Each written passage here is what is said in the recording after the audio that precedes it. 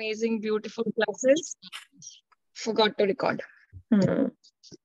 Yeah, it's terrible. वो प्रभु जी का तरीका होगा, खाली इन पर्सन वालों को ही मर्सी मिलेगी.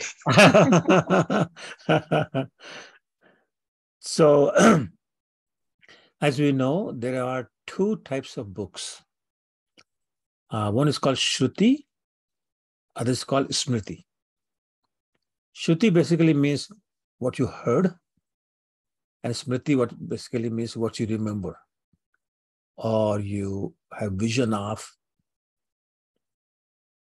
So the Vedas, they are under the category of Shruti. And they have different components, one of which is Upanishad.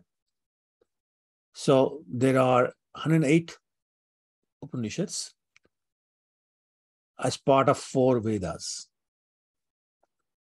And Upanishads basically are Gyan Khand, in the sense that they give knowledge of Brahma or Brahman, but they're not about bhakti. And they also don't talk about the process of bhakti, which is the territory of Pancharatras. Have you heard the name Pancharatras? So these are the books which basically describe the process of worship. So Nadi Pancharatra is the most famous one. In ISKCON, it's known as the Orange Book because the cover happens to be orange. And that's the process all of ISKCON follows, with some minor changes, minor variations. But typically, that's what we follow. But there are a couple of other books that also fall in that category. One of that we are covering on Thursdays, which is Nectar of Devotion by Srila Rupa Goswami. It talks all about the process of bhakti. 64 limbs of devotional service is how it starts. And we're still working on that. We're on the 13th chapter now. Or we finished 13th chapter. And another book is by Sanatana Goswami, known as Hari Bhakti Vilas. So they are known as Pancharatras, in that they tell us about the process of it. Anyway, so coming back to Upanishad, the word Upanishad basically means, Nishad means to sit down, Up means near. So Upanishad means sitting near something. And Shri Ishopanishad means sitting near the Lord. Sitting near the Lord basically means getting to know the Lord. And Ishopanishad in particular is known as a transitional book. What that means is that it starts with the impersonal feature of the Lord. As you may recall from the first 5 verses, Om Purnamidam Purnamada, or Ishavasyasidam Sarvam, and so on. It talks about the perfection of the Lord, completeness of the Lord. It talks about how he's the owner of everything. But that's it. So it's like some entity with no mention of the features or personality or anything like that. This is the powers of the Lord and the characteristics of the Lord. Then it moves on to the description of what you call pure devotees, which are basically verses 6 and 7. And it goes on again back to the impersonal features of the Lord. He's very far yet very near. He doesn't have legs, but he can run very fast, on and on and on, until we reach the 14th mantra, where the devotee is saying, please show me your face. Which is now is talking about the personal feature of the Lord. So it starts with the impersonal feature, completes with personal feature. In between, 2 verses 6 and 7 are about the pure devotees of the Lord. Okay, so that's basically all I wanted to say as an introduction. But you seems to me that you've already covered that, so that's fine. So before I move on, any questions on what I just said? Okay, all right. Now the verses 6 and 7, they go together. If you remember verse 6, it talks about 3 types of devotees. Right? Anybody remembers who they are? The 3 types? Uttamadhikari, Madhyadhikari, and Kanishta. Okay. So what's the definition of Kanishta Adhikari?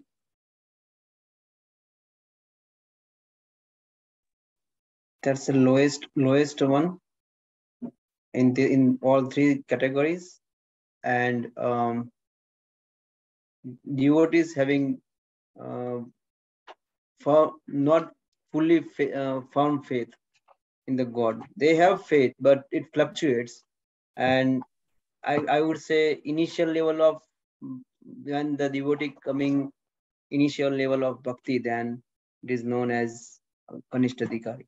Okay, sure. Thank you. Anybody else? Anything to add? In terms of the deity of the Lord? They see the Supreme Lord only in the deity, Right. and they connect only, they worship and connect only with the deity form of the Lord. Okay. What about other devotees? What do they say about the Kanishtadikaris?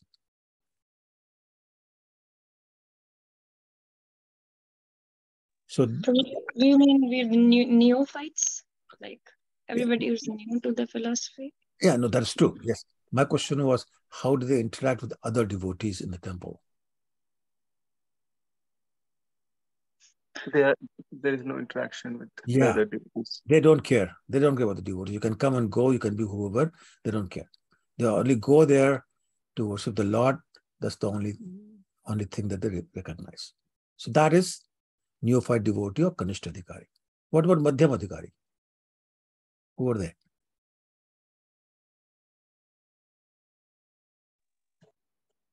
Madhyam Adhikaris are the one who have firm faith. Sorry, Mataji. Okay, what else? Yeah, it's good. I mean, no one is saying, that's why I'm unmuting myself. Okay, what else? That's all. In front of principal, I don't want the teacher to speak. It doesn't give a good impression. So they basically segregate devotees into three different types, and the Lord himself. Mhm. So with the Lord, they associate directly, they exchange love. They offer their devotion services. Mhm. With the devotees, pure devotees, they interact in a cooperative and loving manner. And for those who don't have, who are ignorant of the Lord, they try to arise the dormant love of God by preaching to them. And finally, the ones who are not at all, who are actually against God, they try to stay away from them. They try to ignore them. Okay, very good. Okay, and then Uttamadikari?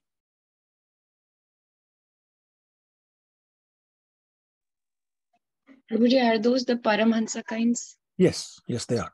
Srila Prabhupada come in that category. Yes, they are. So what is their characteristics? They have complete firm on Krishna. Okay. And they believe he's the maintainer, everything, like the life is 100% devoted towards Krishna. Sure. What about in terms of people? They act for the benefit of the rest of the humanity. Like Prabhupada never thought of himself. He was doing everything for others. Okay, true, very true. What about their vision? How they see people? Like those souls who are seeking happiness, but they do not know where the happiness is, so showing them the right path. They are the one who are the gurus, the acharyas we're learning our philosophy from. Okay. I don't know if I'm right or wrong this No, much. so far you're right. You're right. I'm just looking for one specific thing, but whatever you have said is correct. One important thing, Prabhuji, they usually come to the platform of Madhyamadikari and then preach, because at that level, they are completely like absorbed in the love of Krishna. So they come one step down to the level of Madhyamadikari, and then they do the preaching and try to help all the conditions. Why can't they do that? Why can they not do that as Uttamadikari then? They are in a Buddha position where like they are in different mood, like they behave sometimes like a madman. They are completely absorbed they only see Krishna everywhere. They see Krishna in each and everything. They don't think like anyone need help, kind of, because they think everyone has Krishna inside.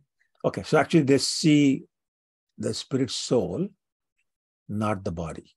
Yes. And therefore, to them, everybody's pure. Yes. But that's what. And you know, what's that verse in Bhagavad Gita 5:18? Yeah, Pandita Samdarshini. Yeah. So, well, how does it go? Go Brahmani Hastini. How does it go? Oh my God, I can't remember the first three words. 5:18, I think it is. So somebody can look it up. Yes.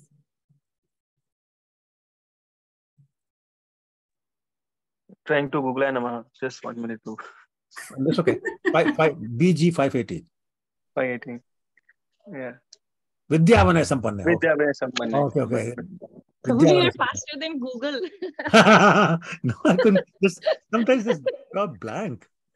Yeah. Brahmani Gavi Hastani. So to him, whether it's the Brahmin or a cow or an elephant or a dog eater, they're the same because they're looking at the presence of the spirit soul and Krishna within. So therefore, they don't see the need for preaching. I mean, everybody's great, everybody's pure. So they have to come down to the level of Madhyam Adhikari and do their preaching. Okay, the reason I wanted to go through all that is that that's how verse 7 starts. So I wanted to make sure that we are on the same page in terms of our understanding of these three types of devotees. So if somebody wants to read the verse, let me see if I can get it on my screen. Yeah, if you want to read the verse, and then we'll do the translation. Then we'll go from there. Any volunteers? If no one, I can try, Prabhu. Sure, please, go ahead. Yasmin sarvani bhutani atmevad bhut vijantah tatra ko moha ka soka ekatvam anupasyata. Okay, translation. Translation. One who always sees all living entities as spiritual sparks, in quality one with the Lord, becomes a true knower of things. What then can be illusion or anxiety for him? Right. So if you recall verse number 6, as a matter of fact, if you want, you can read just that verse number 6.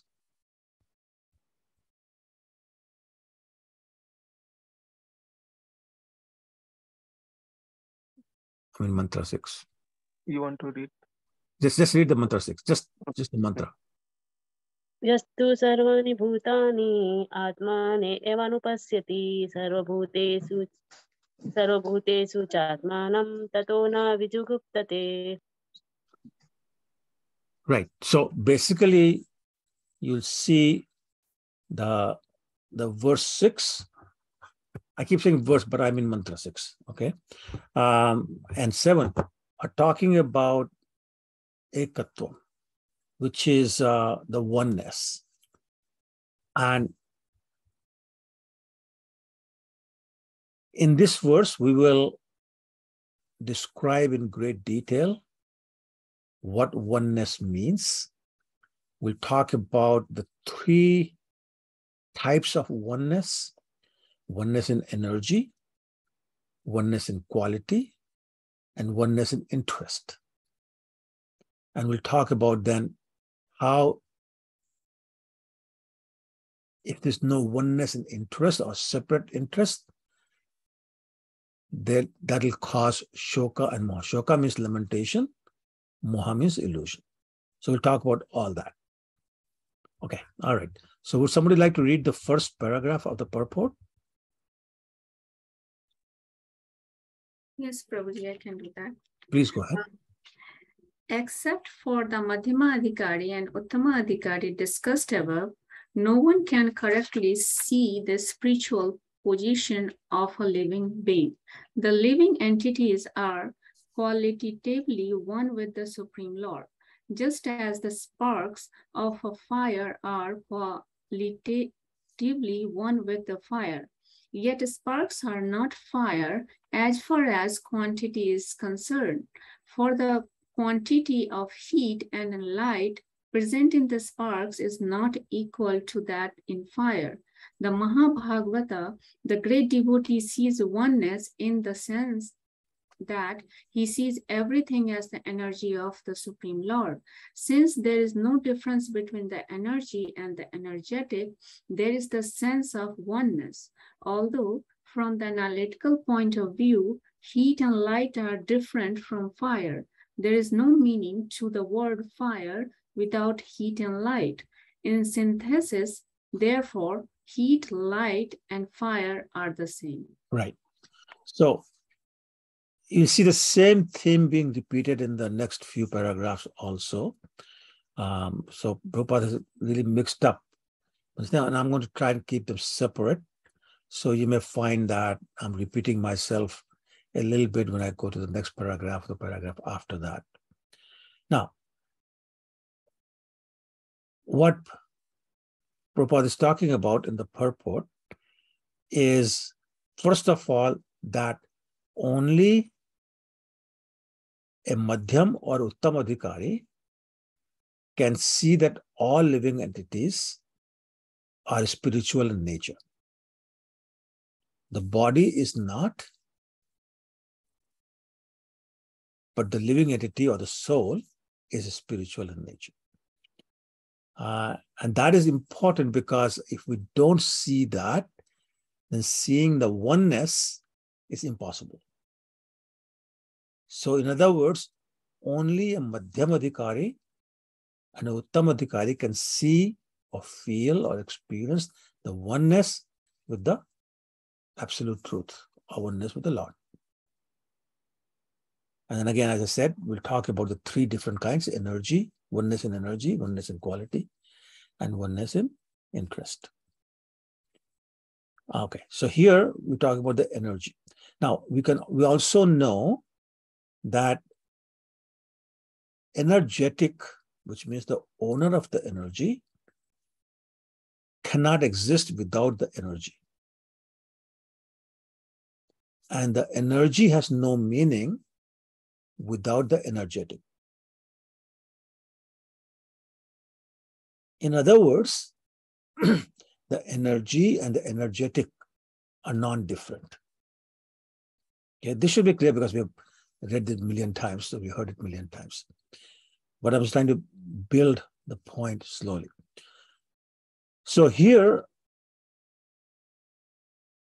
we have no difficulty understanding that therefore there's no difference between fire, the heat, and the light that's produced by the fire.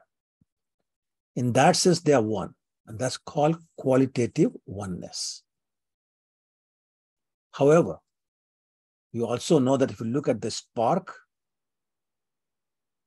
of fire, and you really see it if you do a bonfire or a fireplace when the log is burning. Sorry? Barbecue. Yeah, barbecue. Okay, barbecue. You'll see these sparks flying. They have heat as quality, and they're luminous in quality. In that there's light. But quantitatively, it's not the same. You can't compare a spark in terms of quantity with the fire itself. So therefore, quantitatively, the spark is not the same as the fire. Or you can say the heat and the light are not the same as the fire. So they're non-different from fire at the same time. And that's where the philosophy espoused by Lord Chaitanya of Achintya Bheda Abhed, which means inconceivable sameness and difference. So they are same qualitatively and different quantitatively. Now, having said that, let me talk a little bit about the energies of the Lord and how they are same and different at the same time. So we know that there are 3 types of energies or potencies of the Lord. Would somebody like to name them for me?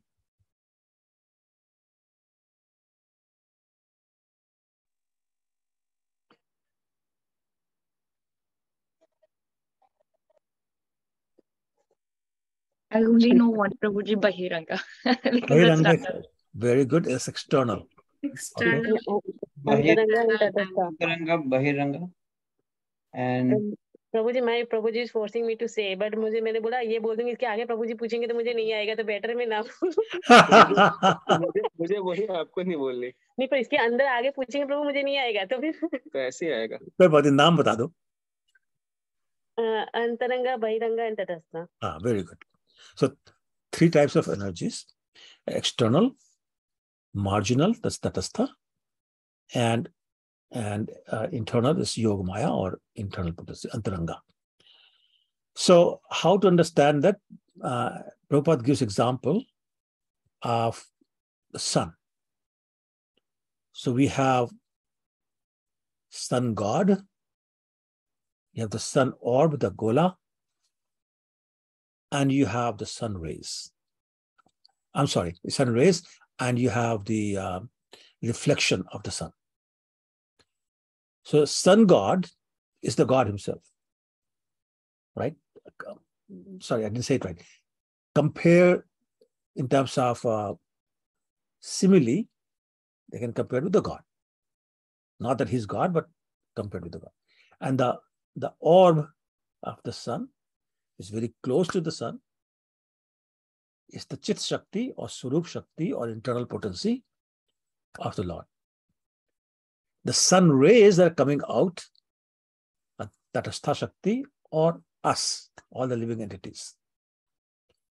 And the sun's reflection in water or whatever is the external potency. That's why it's always said, material world is the perverted reflection of the internal potency. Okay, but the point is, these are different energies of the Lord, but they are non-different from the Lord in that there's no meaning to the existence of the Lord without his energies. So is that clear? That's the oneness of energy. Any questions on that? Prabhuji, can I ask you something? It's not a question. Okay. But like yesterday you explained like meaning of Vrindavan. So is there like broken version? So it's easier to remember all the 3 Shaktis because I only remember once all the time. So it's like... So is that a Sasana? You remember Bahiranga? Bahar. हाँ, बाहर. तो एक बाहर के अंदर जरूर कोई होगा. एक अंतरंगा. Oh, good. Okay. अगर अंदर है बाहर तो कोई बीच में खड़ा होगा जरूर. लोग की आदत होती है दरवाजे पर खड़े हो जाते हैं. Okay. Tatastha. Okay. Tatastha. I mean, I remember for about 10 years we did Bhakti Usha programs every day in our house. Every day, every Friday. Sorry, not every day, every Friday. And we would finish the program at 10:30 at night. Everybody will get up and we have stairs going up to the main floor. We'll stand there. And half an hour, everybody will talk. नहीं जाते हैं प्रभु जी. And then they'll go up the stairs to the main floor. At the door, they'll stand again for another half hour. Now it's 11:30. हम कह रहे भैया जाओ भैया जाओ जाओ. फिर धीरे धीरे खिसकना शुरू करेंगे. बाहर वाले दरवाजे में खड़े हो गए. आधे घंटे वहां बात. और अगर समर का टाइम हुआ तो बाहर जाके ड्राइवर में आधे घंटे. तो मतलब 12 तो बज गया, 12 साढ़े 12 तो बज गया. Every Friday same story. तो ग्रेट डिवोटीज का संग को छोड़ना नहीं चाहता जल्दी. उनको निकालना पड़ता है. ग्रेट डिवोटीज और रास्कल्स, ये 2 लोग अट्रैक्टिव होते हैं.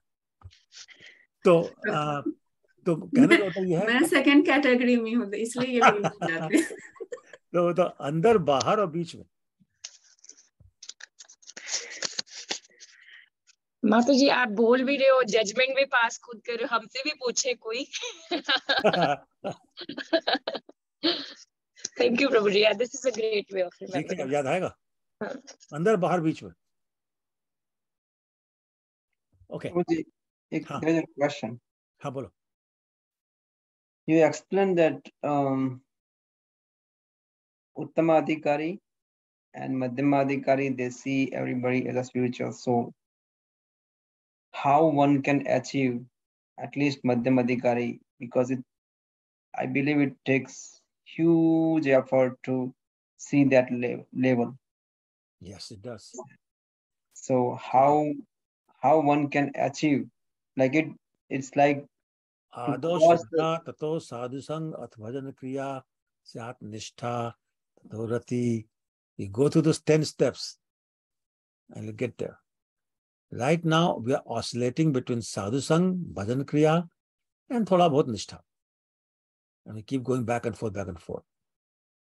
So as your chanting improves, as you read more, as you keep correct association, because devotee association can be correct and incorrect, and we won't go there to this bit of time.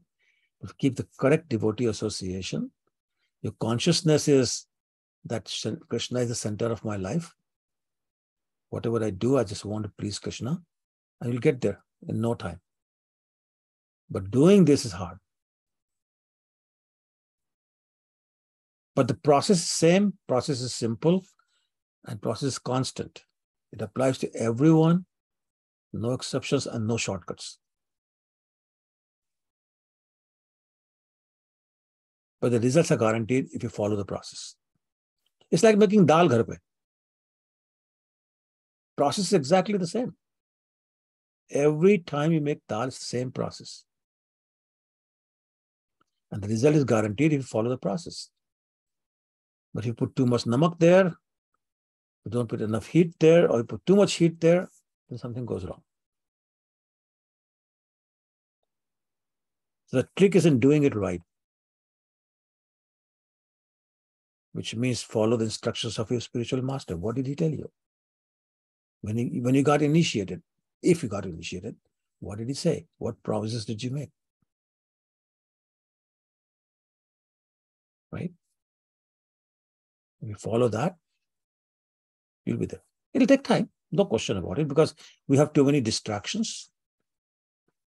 And to be honest with you, we don't feel that sense of urgency yet.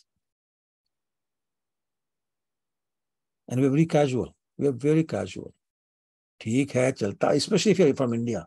चलता है, सब ठीक है, सब चलेगा, हो जाएगा, भगवान की मर्जी होगी तो सब हो जाएगा. And that is what keeps us behind.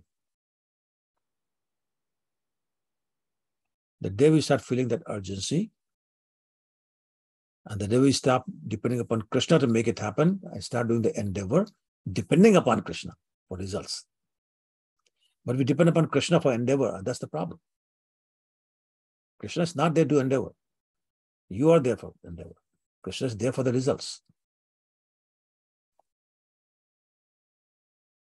Arjun ने कभी कृष्ण से नहीं कहा, अच्छा भैया सरेंडर कर दिया है, अब तुम बाण चलाओ, मारो सबको. बाण अर्जुन को चलाने पड़े. हम बाण नहीं चलाते थे, थक गए यार, छोड़ो यार, 2 घंटे तो हो गए अब, बहुत. One time we had a visitor, and he said something about ISKCON.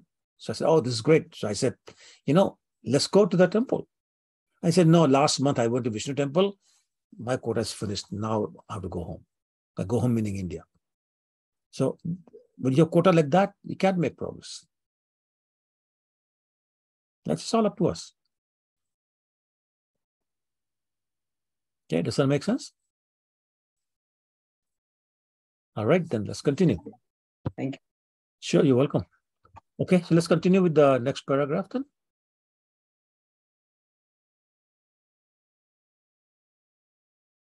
A volunteer, please.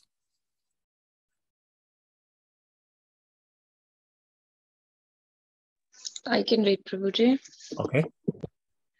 In this mantra, the word ektavam anupasyatah. Ekatvam. एक और बार बोलिए प्रभुजी. Ekatvam. Ekatvam anupashyata, indicates that one should see the unity in all living entities from the viewpoint of the revealed scriptures. The individual sparks of the supreme whole, the Lord, possesses almost 80% of the known qualities of the whole, but they are not quantitatively equal to the Supreme Lord. These qualities are present in minute quantity for the living entity, but for the living entity is but a minute part and parcel of the supreme whole.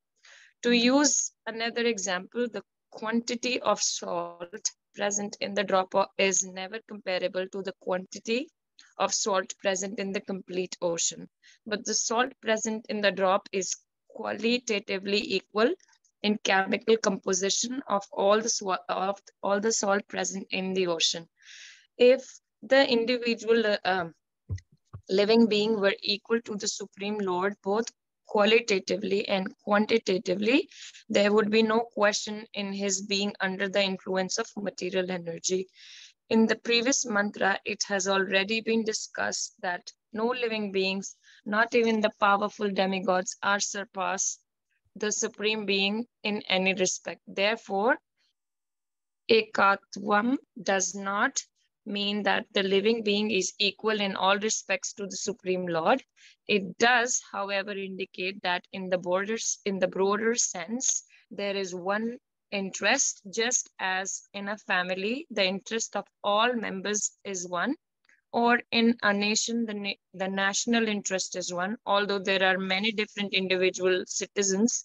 Since the living entities are all members of same supreme family, their interest and that of supreme being are not different. Every living being is the son of supreme being, as stated in Bhagavad Gita 7.5. All living creatures throughout the universe, including birds, reptiles, ants, aquatics, trees, and so on, are emanations of the marginal potency of Supreme Lord. Therefore, all of them belong to the family of Supreme Being. There is no clash of interest. Right. Thank you very much. So here, Prabhupada is talking about oneness of the other two, oneness in quality and then oneness in interest. And he's making the point that, as we have read in Bhagavad Gita, chapter 7, text 5, Mame Vansho Jivaloke, Jiva Bhuta Sanatana, that we are all part and parcel of Krishna. And Prabhupada gives the example of somebody taking a piece of a gold brick. That small piece will have the same qualities as the gold bar or the gold brick.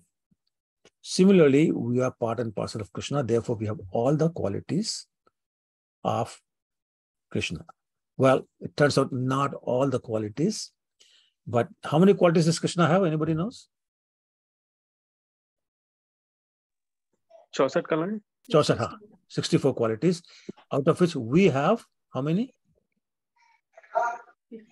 50. Correct. 50, but in very small amount. So here he's referring to that almost 80%, that's 78% to be exact. 78% of 64 is 50. So we have 50 of the 64 qualities of Krishna, but in very, very small amount quantity. So that's why I say we are like individual sparks of the fire.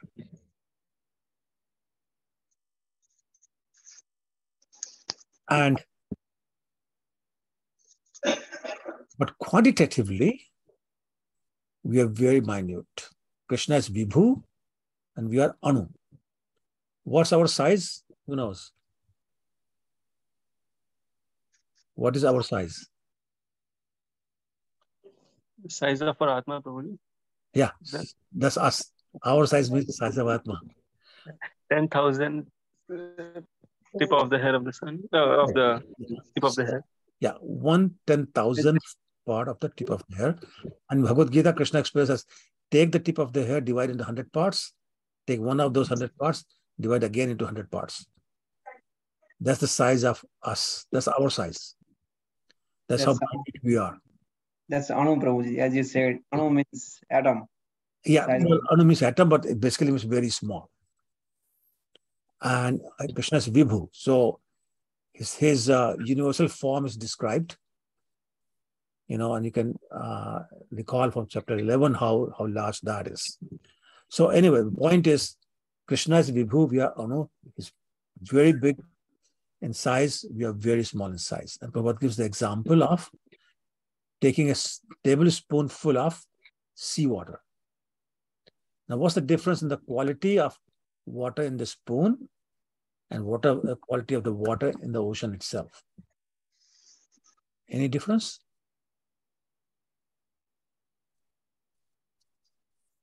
Hello? No, Prabhuji. Quality-wise is the same. Quantitatively, is there a difference?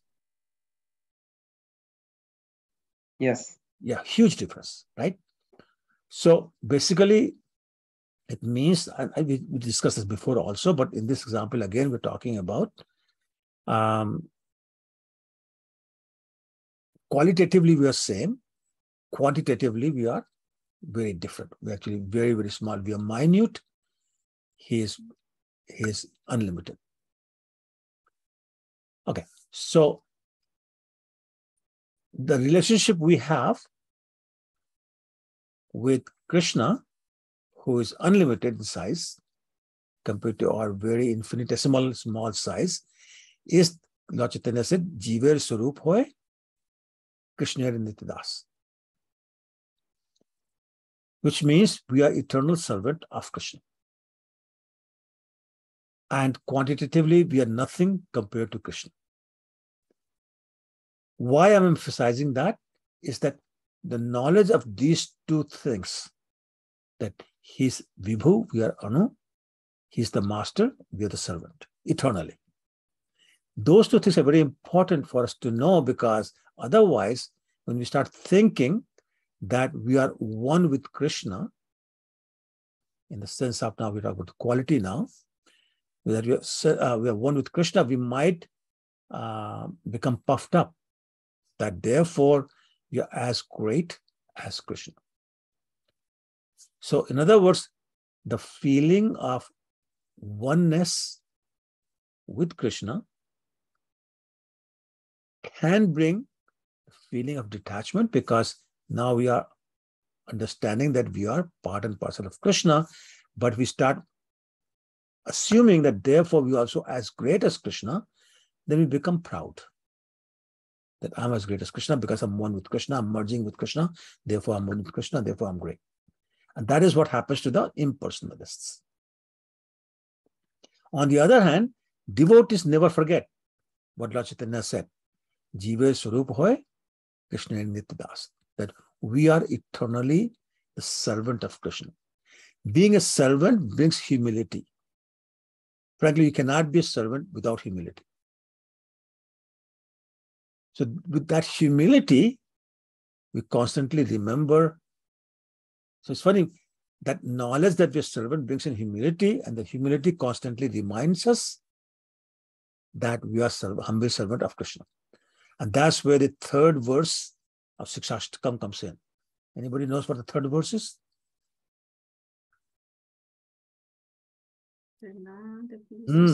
Yes, go ahead. That's right. And Lord Chaitanya is saying, in that mood of humility, as humble as a blade of grass on the street, as tolerant as a tree, when we chant in that mood, then we're able to continue in infinitely, all the time. And when we do that, pride doesn't come in, because the desire remains that we simply remain a servant of Krishna. And that is the fourth verse of Sikshashtakam. Anybody remembers the fourth verse? Na dhanam na janam. Anybody remembers? Na dhanam na janam na sundarim kavitam va jagadisha kamaye mama janmani ishware. And then Bhavtad Bhakti.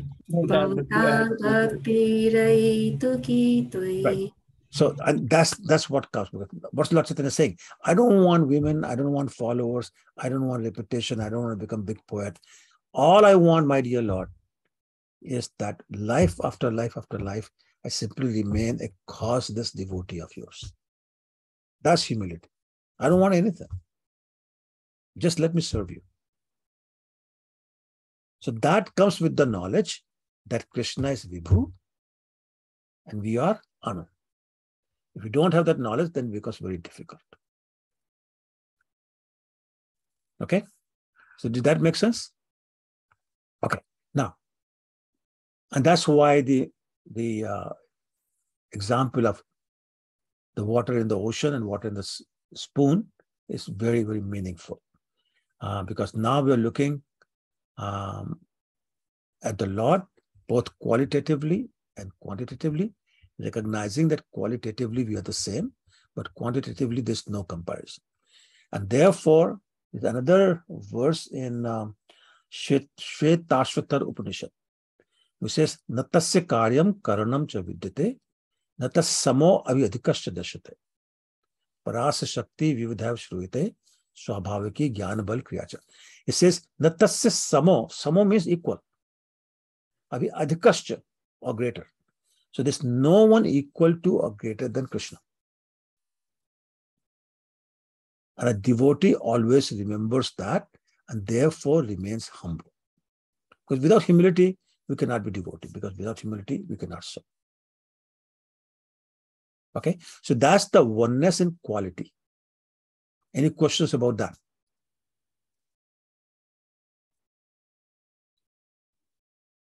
Okay. Yes, Yeah, there's a go ahead. question. Go ahead, please. We all jiva having content atma, right? Jiva is Atma. Yeah, jiva is atma. Yeah. So, and God is everywhere, we say. Then what about the entity which is not living entity? Okay, like stone? Yeah. That's not living entity. That's not living entity. There's no living entity in stone. Yeah, so it's not living entity, but God is everywhere, we can say. God is in the Paramatma feature, he's everywhere. So if you read Brahma Samhita, it talks about that Andantarastha Paramanu cha antarastham. He says that you are penetrating from the all-pervading feature, every atom in all the universes. So not just a stone, every atom is pervaded by the Paramatma feature of the Lord. So okay. I'm not sure that's your question. Yes, that's so how it is different. Sorry, I'm not sure I understand. Different from what? Different from jiva, means atma. Well, it's different in every way. Stone is jada, it's dead. Atma is conscious. But qualitatively, God is in the both the sides, right? No, not qualitatively, no. It is Paramatma feature. He's everywhere. But stone is still a stone. It's not living entity. There's no consciousness there. It's dead matter. It's just matter. It's dead. It's like your body is dead. We are covered by dead matter. Right? I'm not sure if I'm answering your question, but I'm not sure I understand your question. If God is everywhere. God, it is Paramatma feature, yes. Paramatma feature is everywhere. Yes. Paramatma feature is there. Sorry? So, Paramatma feature is only Paramatma feature is there, but correct. Not Paramatma. And we are the jiva having the part and parcel of the God. Right. That's the difference. I'm confused in both the things. Well, that is the difference. Okay, so we are Tatha Shakti, we are a spiritual entity. Stone is not a spiritual entity. Stone is a dead matter. Okay, now in invocation we say Om Punamada Punamidam Punat Punamudachere. Right. So it means that if we take the earth is Puna. No, it's not talking about earth, it's talking about the Lord. Earth is not complete. Earth is not considered as a if we consider part of the God, right? No. only in the sense that everything is part of God, but not in the sense of living entity. When Krishna talks about Mame Vansha Jiva Bhuto, he's not talking about earth or dead matter or stone or anything. He's not talking about that. He's talking about you. He's talking about me, the soul. Got it, Prabhuji. Okay.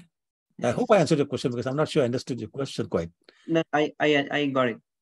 How it is different. Okay. Got it. Okay. Thank you, Prabhuji. Sure. Anybody else? It's not a question, but when I was visualizing what you were saying, Mhm. I was feeling like it's like a Minecraft game. We're all little pixels and Krishna is like a big something. Sure. Like we always say we're part and parcel of Krishna. Like we're like teeny We're little tiny. dots. We're tiny little dots. You know, I remember seeing a picture that the astronauts took from the moon, the picture of the Earth, and how small it looked. It looked like something between the size of a golf ball and a tennis ball. So try to imagine if you go something higher than moon, the whole Earth will look like a dot. If you go even higher than that, you won't even see the dot. That's how insignificant we are. Right? अपने मोहल्ले में तो कुत्ता भी शेर होता है, but that's different. But in the bigger scheme of things, we're nothing. We're so insignificant. And again, that knowledge keeps us humble. When you forget that, then you start thinking we are this and we are that and we are big.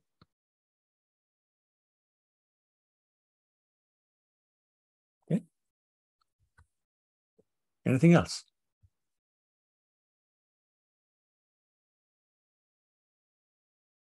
All right. So, Sorry, Prabhuji. go ahead. Now, another question. Same as for a living entity. How human being is different than animal being? Say again? How Atma is, if we consider in living entity, there is Atma, then how it is different? Both No, you're saying it all wrong. You're saying this Atma in every living being. No. Atma and living being are same thing. Okay, sorry. So how animal is different from the human being? Well, only in the body. The soul is the same. But there's no such thing as elephant soul and a cow soul and a dog soul and a human soul. There's no such thing. Soul, but we have more potency to go towards the God than the other animals. But that is still consciousness and all those other things. Soul is still the soul. There's no difference. That's what we just talked about, 518, Vidyavana Sampanne. That's what we were discussing. Prabhuji, I'm adding to this. There's another verse in Bhagavad Gita which says that because our consciousness level is different, so the soul of a plant is like the child in the womb, and then animal is like the dust on the mirror, and humans are like. Yeah, he's talking about the consciousness of the soul. Yes, that's what makes it different between us and animals. Right. Like different level of consciousness, but yes. soul. Level of consciousness is different, but the soul is still the same. That's what the whole thing we talk about, the 8.4 million species, soul is wandering from one to another one. The soul, I mean, tomorrow, next birth, I could be a cockroach, but soul is still the same. Right? And maybe last month I was a cockroach, who knows? But soul is still the same.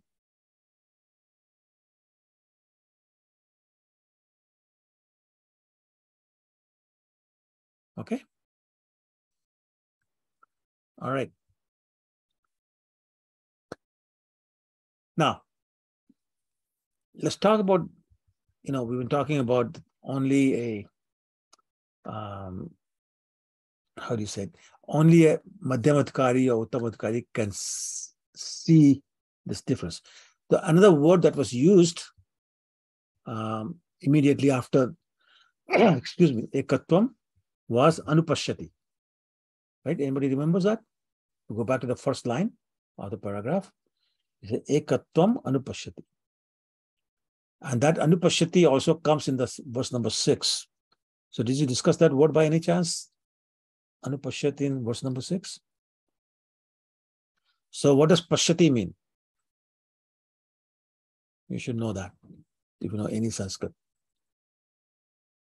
See, Prabhuji. Yes, exactly. Pashyati means to see. In Bhagavad Gita, Krishna says, Pashyamam yogam aishwaram. Ya pashyati so pashyati. Many times the word pashyati comes to see. But that's to see is with your naked eyes. What does the word anu mean? Not anu, anu. Follow. To follow, exactly right. So anupashyat means to see following somebody. Right? Ei nivedan dharo, sakhir anugatya karo, seva adhikar diye, karo nij dasi. Whose glorification is that? The one that I missed yesterday.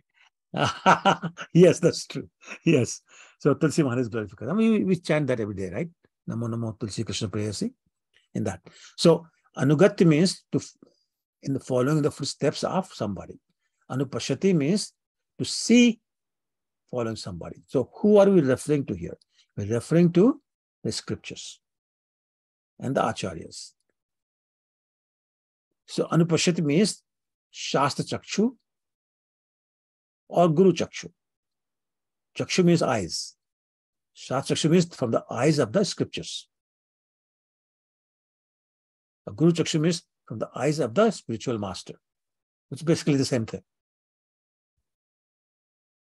So Anupashyati means seeing things from the perspective of the scriptures, which means not seeing through the eyes at all.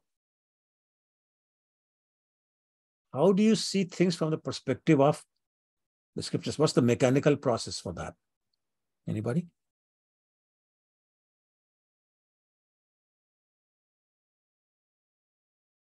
How do you find out what the perspective of the scriptures is?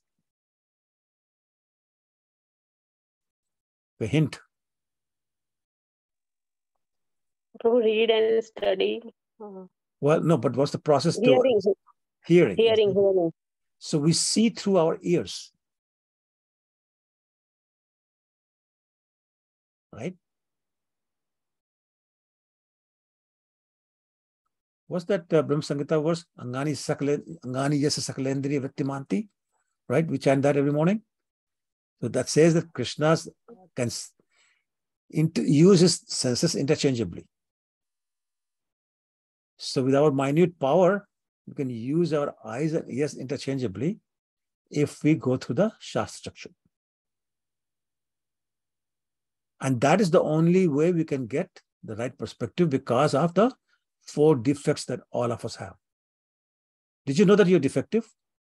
All of you? Did you know that? I didn't know only 4 defects. I'm feeling very proud now. No, 4 is what we talk about, others we don't talk about. So what are the 4? We have imperfect senses, the tendency to cheat, to make mistakes, and we are in illusion. So imperfect senses means our eyes don't always see what is there, what's the reality. And that's why there have been many, many situations, especially in courtrooms, where 5 people come in, they were there at the same time, and they all saw it differently. But Shastra Chakshu is perfect. It's perfect vision, 2020, real 2020. So here Prabhupada is saying, therefore, the right way to see it to anupashyati, to see it through the eyes of the scriptures. And a Mahabhagavat or pure devotee can do that. So now, what is the correct vision? We go back to the verse we discussed before, 5:18. Vidya Vinaya Sampanne Brahmani Gavahastani. He sees everybody the same. There is another very similar verse in Chaitanya Charitamrita. which gives the description or definition of Mahabhagavad. He says, Sthavar Jangam na dekhe, dekhe tar murti, sarvatra hoye tare nij ishtadev spurti. That a Mahabhagavad does not see the body of an animal, of a tree, a human being. Everything reminds me of his Ishtadev. Ishtadev being Krishna.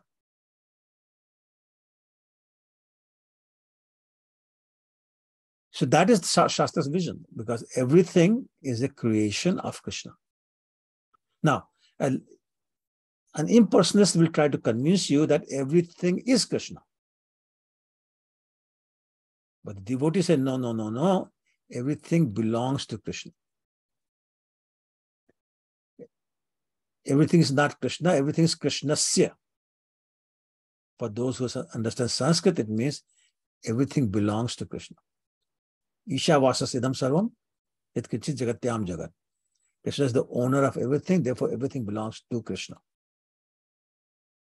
And that's the difference between an impersonalist and a devotee. So therefore, devotee distinguishes between things. So now let's talk about the vision itself. There are two types of things. Sorry, let me say it again. Everything can be divided into two categories: material and spiritual. Right? Can you think of a third category of anything? So everything is either material or spiritual. Similarly, our vision can be either material or spiritual. So let's talk about the two combinations: material thing, a spiritual thing, and material vision and a spiritual vision. So that means you can get four combinations: material, material, material, spiritual, spiritual, material, spiritual, spiritual. Right? Are you with me so far, or is it confusing? Yes, no? Good, Prabhuji. Good, okay, all right. Good means not confused, right? Okay. So let's look at them one at a time. Let's say it's a material object, and we're looking at it from material vision. So we have material vision for material object. Immediately the thoughts like, I should have it, I should possess it, or it's mine, I possess it. Or if I don't have it, then I want it. All those things are the reactions of material vision to a material object. Right? And the result is bondage. Because you get attached to it, and you want it, then you desire it, then the desire is not satisfied, you come back for it. Right? Chapter 2, text 62, 63. Let's talk about dhyatyo vishyan pusa sangarstesha pajayate. If we dwell upon material things, we become attached to it, and we don't get it, we become angry. When we become angry, then we lose our memory. Lose our memory, we fall down. Right? 262 to 63. So it means that is bondage. Right? The result is bondage. An example can be man and woman. They want each other, so they have a family. Now they're attached to the house, the family, the children, on and on and on. Bondage. So material vision of material objects results in bondage. Everybody agree with that? Now, let's take material thing with a vision which is spiritual. So what's an example of something like that? A material object with a spiritual vision. So it reminds me of the time when Prabhupada was thinking about starting a Rath Yatra. And he had no idea how to go about doing this. One day he was in San Francisco, looking outside on the street from his window. And he saw a flat bed truck. Has anybody seen a flat bed truck? Yes? Not many people, only one person nodding.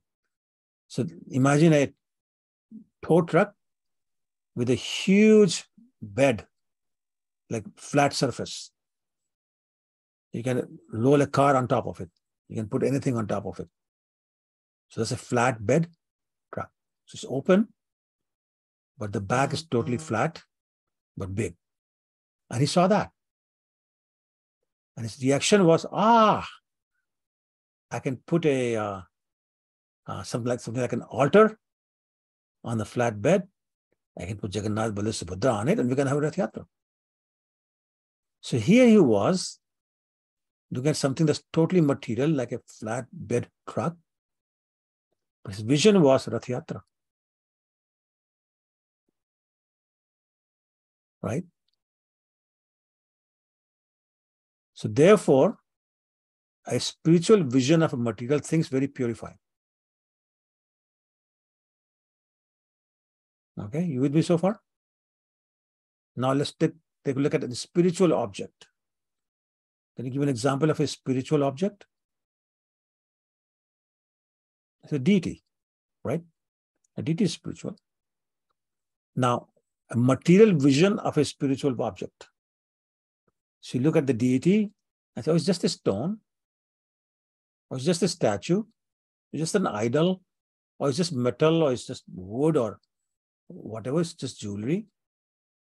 Looking at a deity like that and treating it like a material object is very offensive. When we make an offense like that, we fall down. Right? Now let's take a look at a spiritual thing with a spiritual vision. So let's go back to the example of deity. A spiritual vision of a spiritual object like a deity is non-different from Krishna. The same potencies as Krishna. Therefore, you worship it, you chant in front of it, you have a dialogue with it, and you know it's non-different. And I can give you one example. 1 year, 1 day after Govardhan Puja, the Annakut ceremony had happened.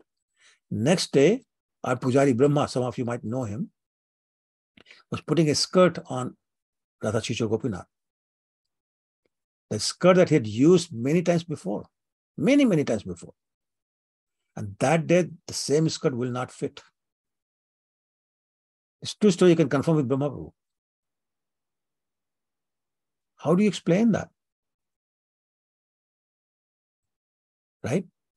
So, yeah, they ate a lot, they had a great time, and they gained weight. It doesn't happen to a stone, only if it's living. You can look at a picture of Radharani from 30, 40, 50 years ago, and look at her now. You see the difference. You see maturity on her face now. And again, you can look at the picture. I mean, I can show you pictures of her from 50 years ago, and look at how young she looks. And now there's some maturity on the face. Although they are always young, this should be nothing, but you can see. So it can happen only if they're alive. So the spiritual vision of a spiritual object is not only purifying, it can also bring ecstasy. And you can imagine the reaction Brahma Prabhu had when he realized why it's not fitting on Krishna that day. Can you imagine the bliss he must have felt? I mean, I get happy just thinking about that, but he actually experienced it. So the spiritual vision of a spiritual object brings not only purification, but also bliss. So therefore, vision is very important. Material vision of anything is offensive and causes bondage and takes you away from worship. A spiritual vision of material or a spiritual object is always purifying and can bring bliss. So therefore, it is necessary to develop a spiritual vision, which is possible only when we become what do you call it? Mahabhagavat, a Madhyama Adhikari or a Uttama Adhikari. Now, if we don't have the oneness, or if we try to limit this oneness to something specific.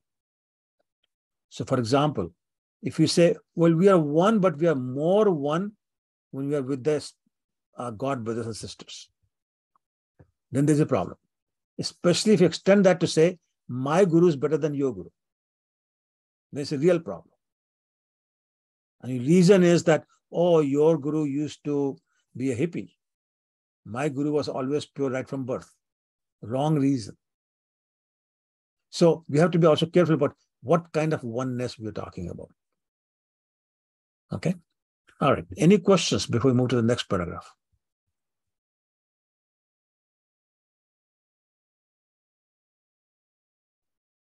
I would like to thank you, Prabhuji, for explaining this. Oh, and thank this you. was really wonderful.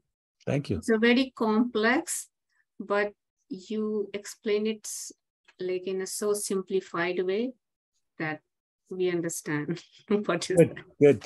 Thank you, Prabhuji. You're very welcome. I'm glad you understood. And I hope everyone else did as well. Okay, so if no question, we can go to the next paragraph. Okay, so we'll finish by 9:30. Okay, is that okay? Yes. No, Prabhuji. Huh? No, okay. I mean, listen, I have time. It's the next time, Prabhu. Okay, we'll see. Let's see. Okay, who wants to read the next paragraph? I can read, Prabhu. Sure, go ahead. The spiritual entities are meant for enjoyment as stated in the Vedanta Sutra 1.1.12, Anandamayo Bhasyat. By nature of constitution, every living being, including the Supreme Lord and each of his part and parcels, is meant for eternal enjoyment. The living beings who are Engaged. Engaged in the material Tabernacle. are consistently seeking enjoyment, but they are seeking it on the wrong platform. Apart from the material platform is the spiritual platform, where the supreme being enjoys himself with his innumerable associates. On that platform, there is no trace of material qualities, and therefore that platform is called Nirguna. On the Nirguna platform, there is never clash over the object of enjoyment. Here in the material world, there is always a clash between different individual beings, because here the proper center of enjoyment is missed. The real center of enjoyment is the Supreme Lord, who is the center of the sublime and spiritual rasa dance. We are all meant to join him and enjoy life with one transcendental interest and without any clash. That is the highest platform of spiritual interest. And as soon as realizes this perfect from oneness, there can be no question of illusion, moha, or lamentation, soka. Right. Thank you, bro. So this is also this is a third type of oneness that we mentioned in the beginning of the class. So oneness of interest. Now, this is very interesting. Why is it so interesting? Because this brings to mind a very famous phrase in ISKCON. Prabhupada used to say, unity in, who can fill it in? Unity in diversity. Right? Have you heard that? Prabhupada always, or not always, often use that expression, which means that even though there are many differences, there's unity. So, and that's the context of oneness again. So what does that mean? Also, wherever there's unity in diversity, it automatically also implies there's diversity in unity. Does that make sense? If there's unity in diversity, there must be diversity in unity. I'll explain with examples in a second, but I want to make sure you understand what we're saying. Okay, from the expressions, I kind of guess that, not sure. Okay, so let's start with the examples. Let's say there are a bunch of people living in a country. If their interests are all national interest, then the unity is the national interest. But the diversity is that some are men, some are women, some are old, some are young, some are rich, some are poor, some are from Andhra Pradesh, some are from Chennai, some are from Mumbai, some are from Calcutta, and on and on and on. They're different. They speak different languages, they have different kind of dress, many customs are different, but the interest is one. They all Desh Bhaktas. They're there to serve the country. You can take the same example of the family. If their interest is one, then they're together. But individually, they may be different. One may be an accountant, one may be a doctor, one may be a lawyer, one may be an engineer. One may be a girl, one may be a boy. One may have 3 children, another one may have no children. And on and on and on. Many differences. But if they have one in interest of the family, the family works very well. No chaos in the family. But, okay, but we'll come back to later. Another example is given that in the Ras dance that Prabhupada is referring to in the purport. So how many gopis were there in the main Ras dance that happened? Sharat Purnima? Yeah, Naina? Prabhu, I was just saying ऐसे इतनी सारी थी. अच्छा, okay. बहुत सी, हाँ. कोई कोई number दो जनरल, ऐसे 100,000. 16,108. Try 3 billion. 3 billion. BILLION. 3 9 zeros. And they were all different. Somebody was an expert in playing mridanga. Somebody was an expert in playing veena. Somebody was expert in playing sitar. Somebody was expert in playing sarod. Somebody was an expert singer. Somebody was very good at drawing. Somebody was very good at other things. Everybody had a different strength, and they used their strength to please Krishna in their own way. But the unity came from the one purpose, to please Krishna. Diversity came from the different skills.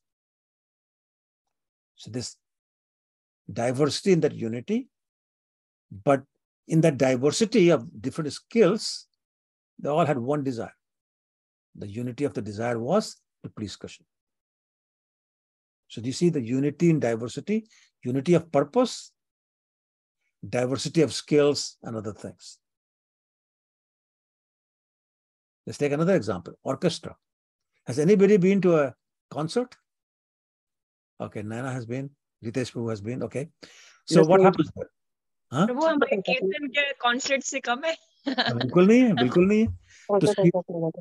पर इससे हाँ, राजेश प्रभु बोलो. मैं जगजीत सिंह नहीं अनूप जलोटा में गया था. गए थे क्या? वो कॉन्सर्ट नहीं है. वो concert, I mean, real concerts where you have maybe 100 musicians, each playing different instruments, or at least as a group, they're playing different instruments. And who's deciding what they will play and when they will play? The conductor.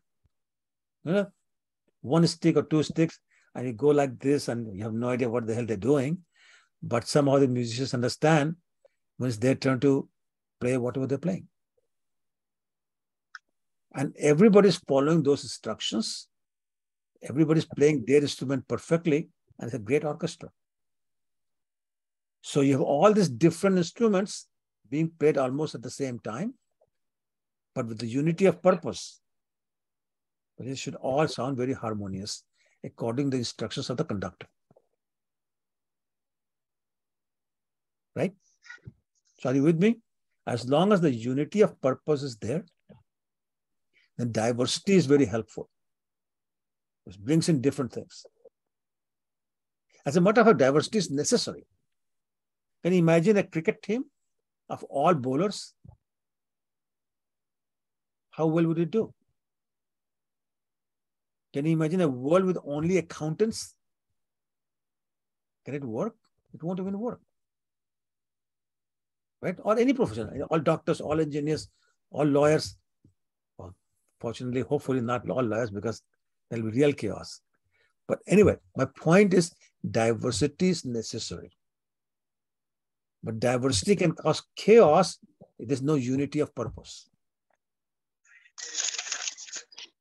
But when this unity of purpose, then diversity is very good.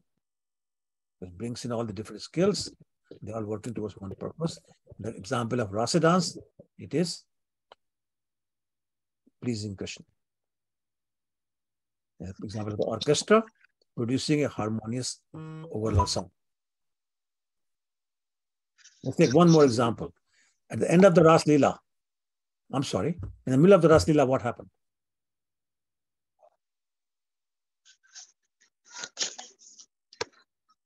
Suddenly it was stopped. What happened? Krishna moved away. He disappeared. Yes. First Radha and Krishna disappeared, then Krishna disappeared. And that's how Gopi Geet happened. Right? They all sat down by the bank of the river, Yamuna, and they started crying and singing Gopi Geet. Srila Jiva Goswami explains 19 verses sung by 19 different gopis. It wasn't one group of gopis singing all at the same time. It was individual gopis speaking. Srila Jiva Goswami explains that each one was expressing their heart's emotions. What they felt in their heart, they were expressing. So, I'm sure you read Gopi Geet many, many times. Each verse is totally different. Totally different meaning, totally different ideas coming from totally different gopis. The diversity was there. But what was that one single purpose? What was the unity of purpose? I want to see Krishna. Krishna Darshan Lalasa.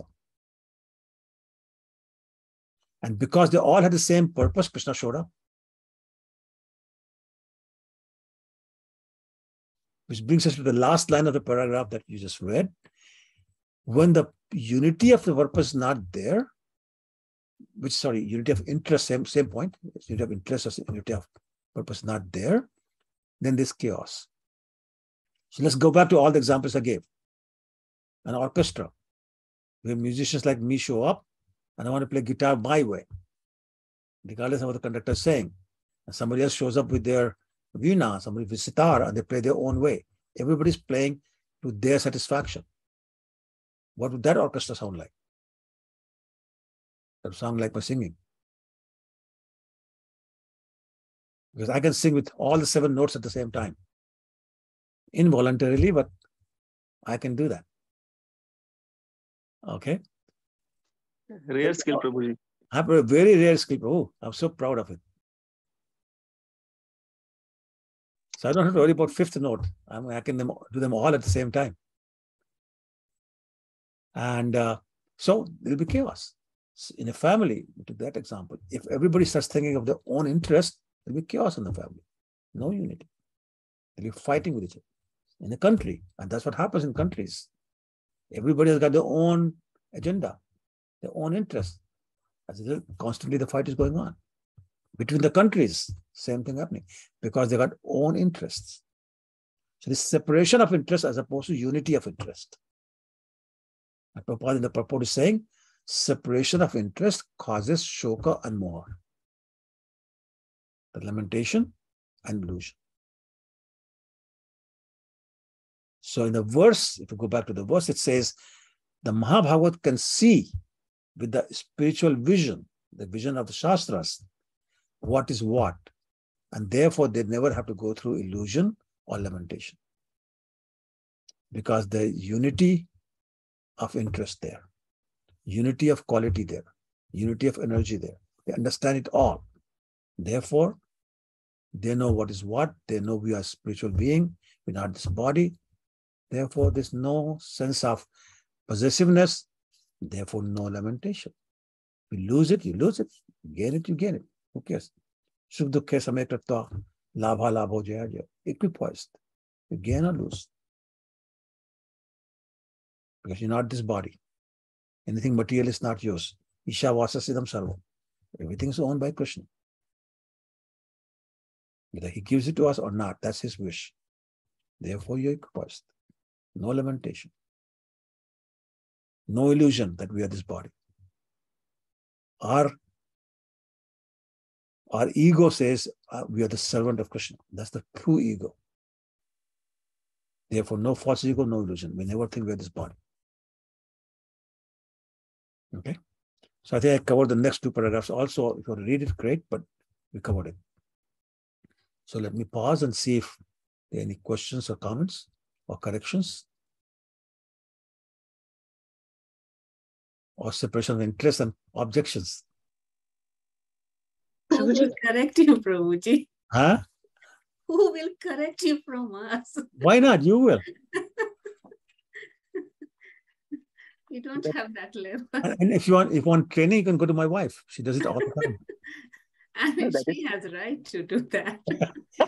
Well, she may have a right to do it, but she's not right to do it. Sorry. Prabhuji, I had one question. हाँ. तो जैसे आपने बताया ना कि I think I got the answer, but still एक बार आप बोल देंगे तो क्या थोड़ा सा भी confusion खत्म हो जाएगा. तो जैसे कि भगवान का जो extension है, भगवान में कोई फर्क नहीं है. लेकिन why when like उनका जो वो थोड़ा शायद रितेश प्रभु के क्वेश्चन से मेल खाएगा ये कि उनका जब एक्सपेंशन हमारे अंदर होता है तो basically at what level there starts to become a difference, or is it never there? Yeah. So basically that question can be rephrased to question, why is the material world created? Why do we end up in the material world? Because that's where the difference starts coming. When we think that we want to be the Lord, when we think we want to be the enjoyer, Krishna says you can't do that here. You cannot do it in real life.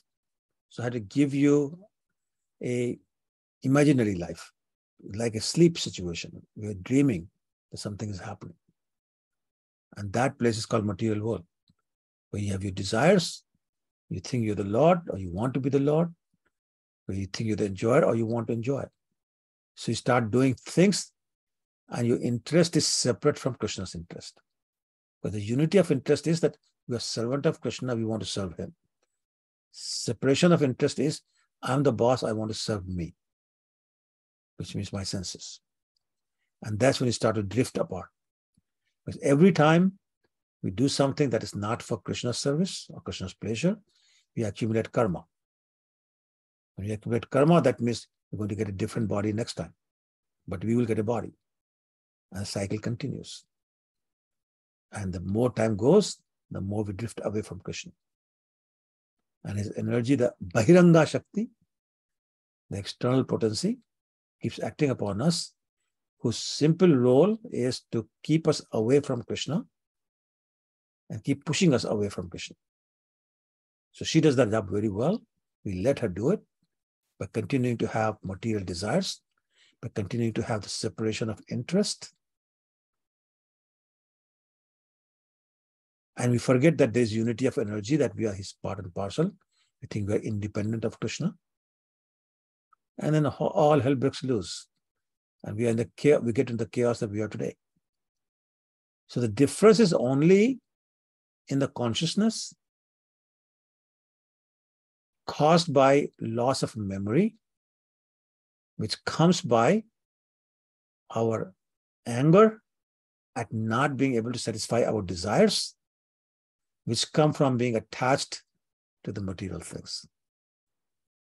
So I just went backwards 262 to 63, Bhagavad Gita. So that's how the difference comes, Prabhu. I don't know if that answered your question. Yeah, bro. Thank you so much. And this is where also that Uda Moolam, right? Everything in this world is inverted. Whatever is in the spiritual world, here it is completely opposite. We see it differently. 15.1, Prabhu. Bhagavad Gita 15.1. This material world is like a upside down banyan tree. Everything is perverted backwards, like in a reflection. Yeah, so everything is perfect. It's just our interpretation is opposite. So that's why we think it's everything is ulta. No. We think everything in the spiritual world is ulta. Yeah, We are hanging upside down. We're looking, our head is below our feet. Yeah. And we think everybody else is ulta. And that's the problem. We think everything in the spiritual world is ulta. What we're doing is siddha.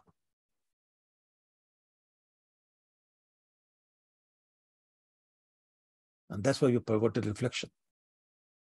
Left looks like right, right looks like left. It's like in India, driving on the right side is wrong. Right? That's the material world. What's right in the spiritual world is wrong in the material world. You don't want to be dasanu das, you want to be bossanu boss. Right? You don't want to be enjoyed, you want to enjoy. Right? I got in an argument with one of my classmates on the issue of, why I should not allow him to blaspheme Krishna. And I was trying to be very polite, and he totally misunderstood my humility, reminding me that I don't need to be humble in the material world. I need to be humble only in the association of devotees. I said, mistake that a lot of us make. When you're in the material world, you got to act sometimes, not all the time, sometimes like materialistic people. Otherwise, they'll eat you alive.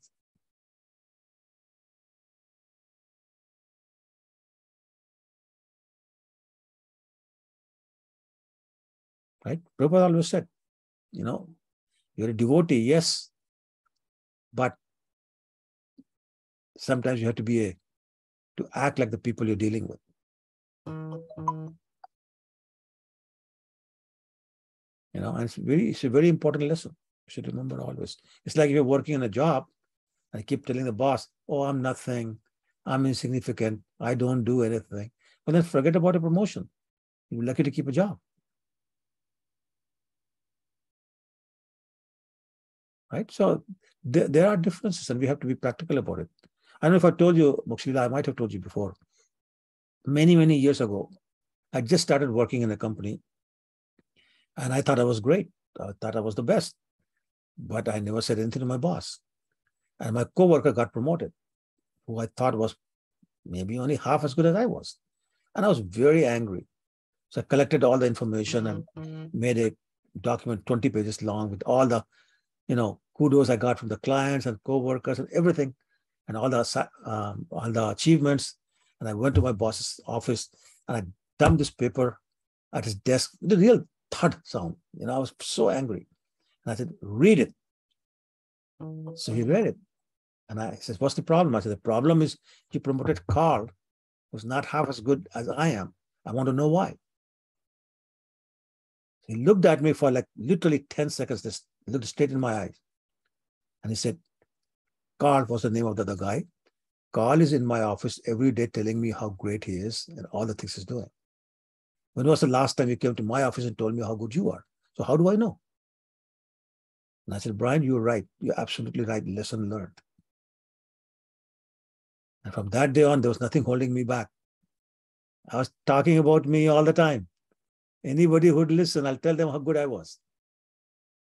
And I got my promotions after that. No problems. So my point is, we have to be aware of our surroundings.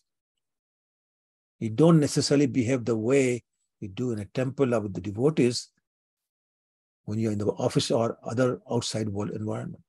It's a different world. Right? Different formula for success. Now, some things are common, like you cannot stop your dependence on Krishna, whether in the outside or inside. So things like that, the same. But in terms of our behavior, in terms of our actions and reactions, they have to be adjusted.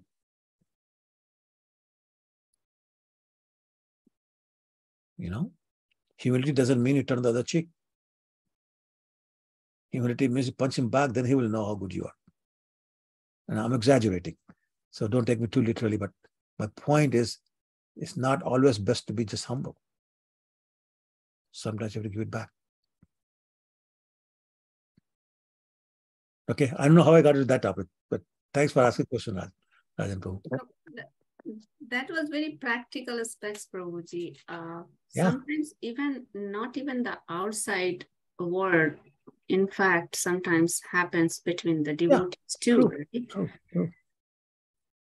So, like a couple of things sometimes happen that we don't say, that if we say something, like even something happened, if I'm going to senior devotee and say and discuss, then sometimes you feel like you have to hold it back because it's a prajalpa. But if I don't discuss how I'm going to resolve the situation, right, and maybe situation become more complicated and more worse. So it's better to go to senior and talk and discuss and get the advice on that. Sure.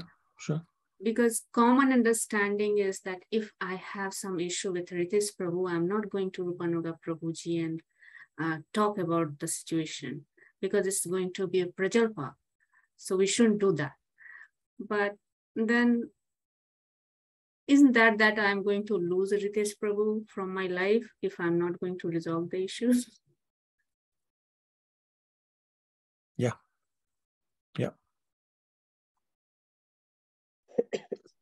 Prabhuji, what you said is very correct. But personally, I I face difficulty because, again, like nature of a person is difficult to change.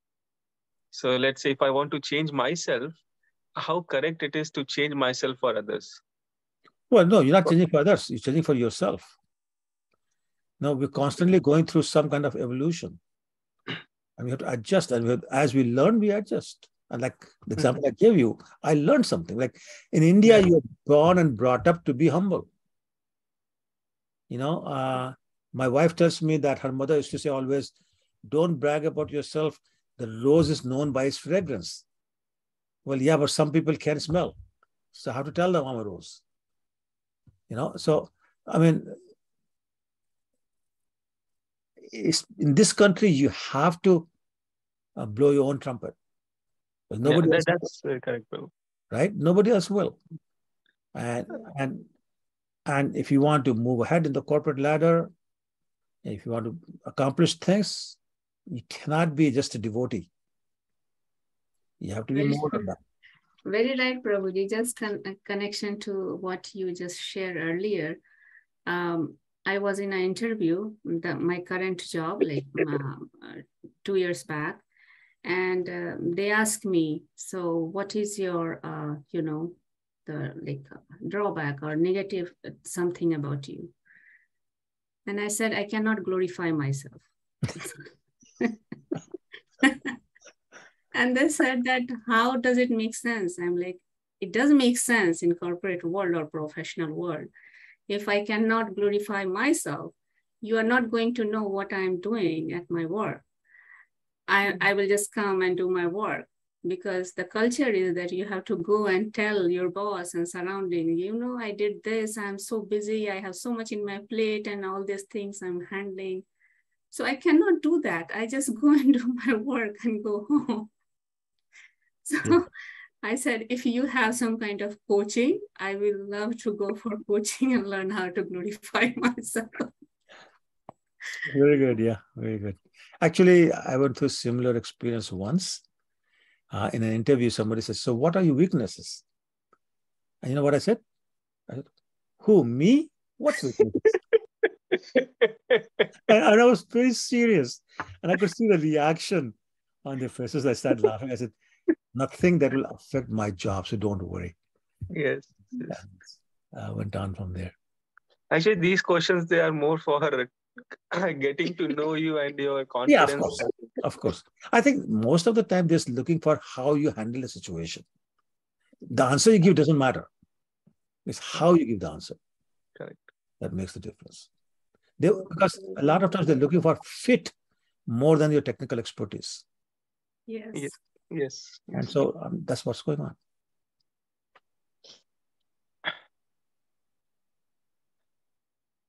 Thank you for all the knowledge sharing, Prabhuji. No problem. Yeah. Practical aspects is more important. Very important. Very important. Yeah. No, yeah, sorry, go ahead. Yeah, philosophy is sometimes we don't understand how we can do like a practice in our life. So practical aspects that give us, okay, this is how we can apply and this is how we can do. Yeah. And I was just thinking about another question I get asked very often, especially by the younger generation, is it okay to be ambitious? Because once again, the whole thing about humility and all those kind of things, it kind of keeps them down. Look, I'm a devotee. I should be happy with whatever I have. And Krishna's mercy, whatever he gives is good. Well, nothing wrong with that. But you have to understand something. The higher up you are in the corporation, the more people are looking at you to copy you. They want to do what you're doing because you're their hero in a way. And therefore, when you tell them, I'm a Hare Krishna, they would listen to you. If you're the CEO of an organization of 50,000 people, you could influence 50,000 people to become Hare Krishnas. So why not become a CEO? I'll give you another example. When I was in first year IIT, a lot of people would come to me, like my friends, for some help with math, physics, chemistry, whatever. And I'll help them. And then notice that in the back of my every notebook, it says Shri Krishna Chaitanya Prabhu Nityananda, Shri Advaita Gadadhar Sivasadi Gaur Bhakti Vrinda, Hare Krishna, Krishna Krishna, Hare Hare. And they'll ask me, what is this? And I say, this is the success to my, this is a success formula for my knowing all these answers. And a lot of them start copying and memorizing because they wanted to be that way. Right? So yeah, absolutely. Every one of you, go become a CEO, president, or whatever the highest you can imagine that you want to be, go become that. So imagine Mr. Modi standing and saying, I'm a Hare Krishna. 1.4 billion people will become Hare Krishna, or at least the supporters will become. And that's how we should look at life. Yes, very true, Prabhuji. Yeah. I heard this thing in Gauranga Prabhuji's class. He was saying the same thing, giving one example that once he was traveling in a train and people were asking questions and all this thing.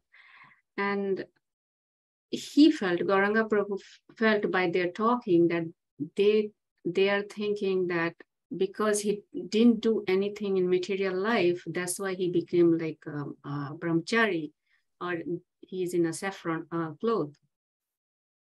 So in talking, they start, asking, what is your background, what you have done, your education. So Gauranga Prabhu said, I'm from IIT. IIT Bombay, yeah. Yeah, exactly. And my friend sitting with me, Radhasyam Prabhu, even he's from IIT. Yeah. Then they were like shocked that, they're from IIT, and then they decided to go and do this. That's right. Then they show their respect. Exactly. Yeah. Otherwise, they were just thinking, oh, ये material life में कुछ कर नहीं पाए तो ब्रह्मचारी बन गए ऐसा. That's right. That's right. Exactly. Yeah, so it's very important, very, very important. And that's why actually a lot of people, when they come to me saying they want to move to the temple or they want to do this or that, pure devotional service, I tell them no. No, learn some important life skills first, which includes education. Because unfortunately, in this material world, if you're materially accomplished, people will respect you more and listen to you more. So if you're materially accomplished, you tell them to chant Hare Krishna, they will listen. If you have nothing, then it's harder. Just to your point.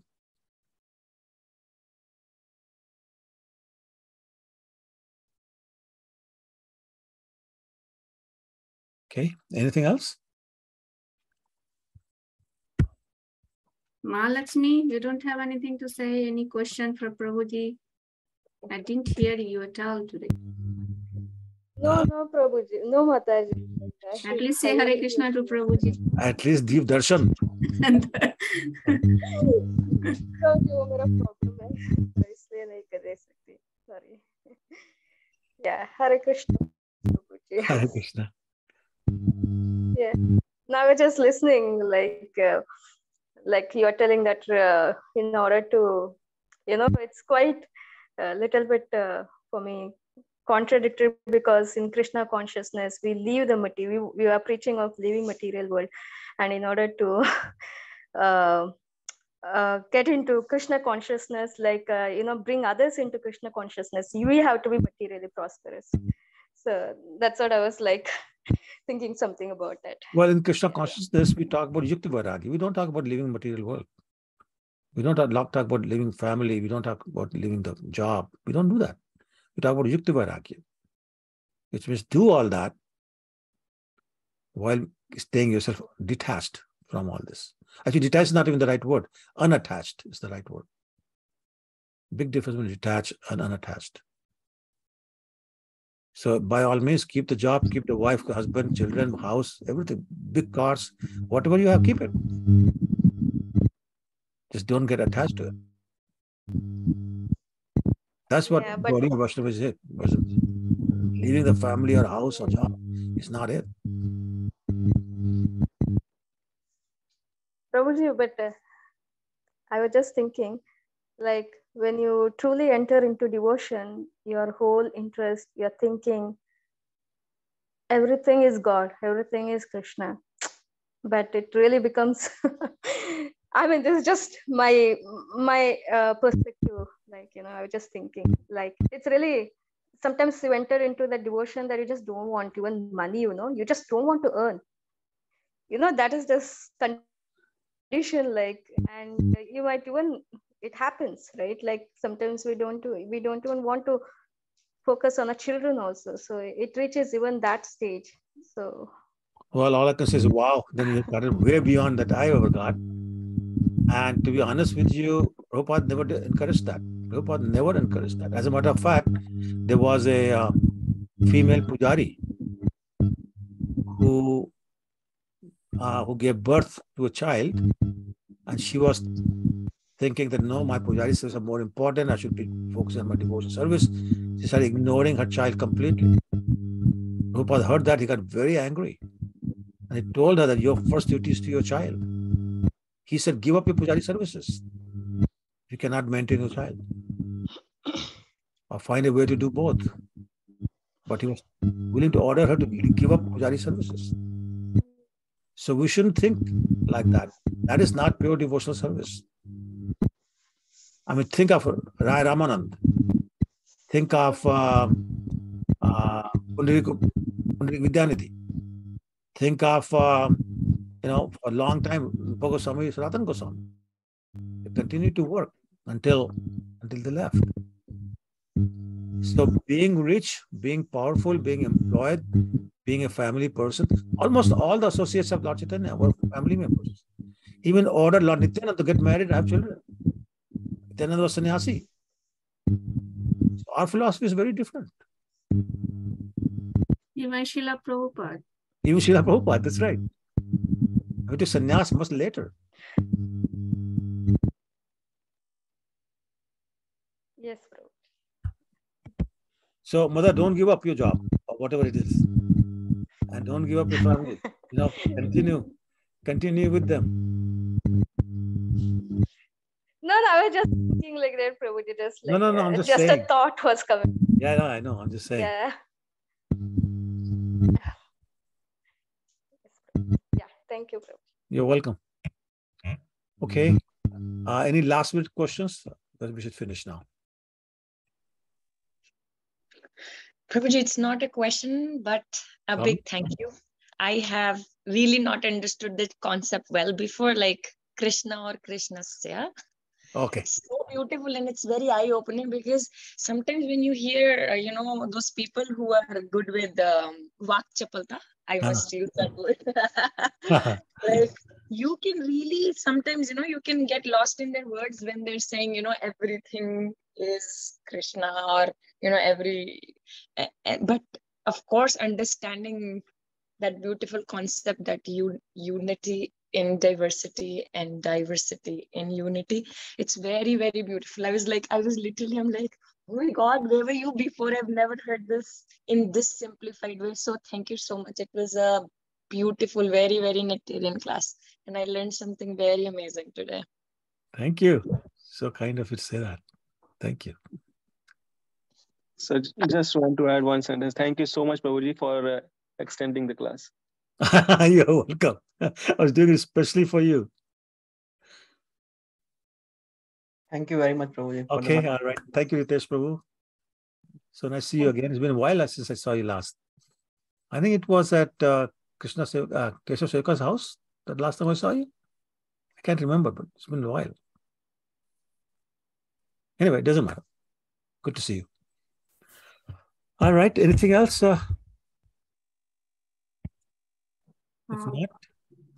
If nothing, then thank you so much, Prabhuji. You're welcome. Once again for joining us and for wonderful class as always. And we will wait for you to come back from India. So let you all know, Prabhuji is going to India for 4 months. No, not 4 months. 2.5 months. 2.5. So we will be able to see him next year. Yes. And happy journey, happy yatra. Thank you. You have blessed me that we can go to Vrindavan. Just pray for us. Pray for us, Prabhuji. We'll do that as well. We'll both pray. And thank you for the opportunity to serve you and your Bhakti Prachar group. Wonderful group that is. Prabhuji. Thank you so much. Sure. And next year, see you in person in the class. Yeah, that would be nice actually. I want to eat your prasadam. Yeah. So next year. If I invite you next year, that means in person. Okay. That means prasad milega. Okay, तो ठीक है. तो ये बेचारे बैरी वाले क्या करेंगे फिर? बैरी वाले जो नहीं आ पाएंगे वो ऑनलाइन तो ज्वाइन करेंगे. आगे तो अच्छा है. अरे you never know, you never know, Nana, she can appear anywhere. I surprise sometimes, Prabhu. I surprise. Okay, all right. So we'll look for that. Thank you for considering.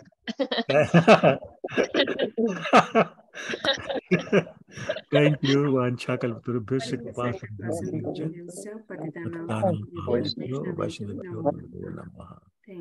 Thank you all. Hare Krishna. Hare Krishna. Hare Krishna. Hare Krishna.